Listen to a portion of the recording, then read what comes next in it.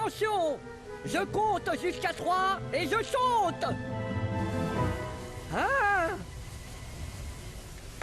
2. Sid, tu ne bouges plus d'un poil, on arrive. Saute, saute, saute, saute, saute, saute. Jingle bell, jingle bell.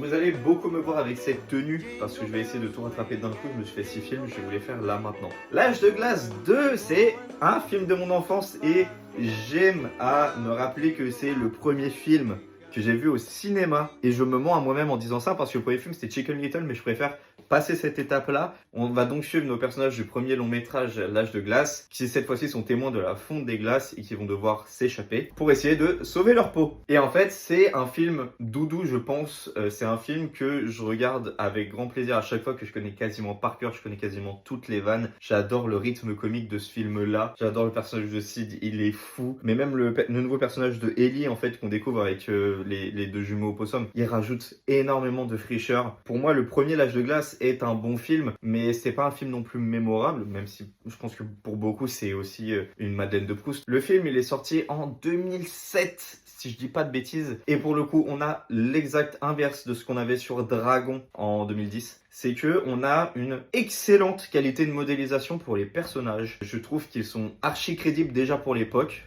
C'est vraiment du très bon travail. Par contre, je suis un peu plus sceptique sur les décors. Voilà, les décors, ça se voit que les textures, elles sont pas extrêmement abouties, mais ça, c'est par rapport à l'époque. S'ils ont dû faire un choix, eux, de leur côté, entre les personnages et les décors, ils l'ont plutôt axé sur les persos, et je trouve que ça rend vraiment bien. Et honnêtement, je trouve que ça donne plus de crédit, et que moi, j'arrive plus à être intéressé. Après, est-ce qu'un choix est vraiment meilleur que l'autre? Je ne sais pas. Surtout pour l'époque où ils avaient énormément de contraintes de temps, de budget, et de bugs. Parce que, on va pas se mentir, si vous regardez, pour revenir sur DreamWorks, les bonus de Shrek 2, par exemple, où ils ont galéré avec les cheveux de Fiona qui partaient dans tous les sens sur la scène avec la sirène au début. Et du coup, c'était le seul moyen de sortir le film à temps, et il a fallu faire un choix. Sinon, du coup, L'Âge de glace, du coup, c'est la franchise phare de chez Blue Sky. C'est sûrement celle qui lui a permis de rester à flot pendant si longtemps avant de devoir mettre la clé sous la porte. Et je trouve ça plutôt bien, même si j'ai peur de ce qu'il pourrait en faire, le fait que ce soit Disney qui récupérait la franchise et qui veuille en faire une suite. On verra ce que ça donnera. En attendant, L'Âge de glace,